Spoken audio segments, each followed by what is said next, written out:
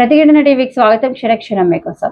తెలంగాణ భవన్ కు party MLA senior నాయకులు party కార్యకర్తలతో బయలుదేరిన మాజీ మంత్రి హరీష్ రావు కోకపేటలోని తన నివాసం వద్ద మాజీ మంత్రి హరీష్ రావు మేము ప్రభుత్వంలో లేము, అందుబాటులో ఉన్న సమాచారం అందిస్తామన్నారు. న్యాయ వ్యవస్థ మీద, చట్టాల మీద, రాజ్యాంగం మీద మాకు అపారమైన నమ్మకం బీఆర్ఎస్ పార్టీకి ఉంది. అందుకే కమిషన్ ముందు హాజరవుతున్నాం.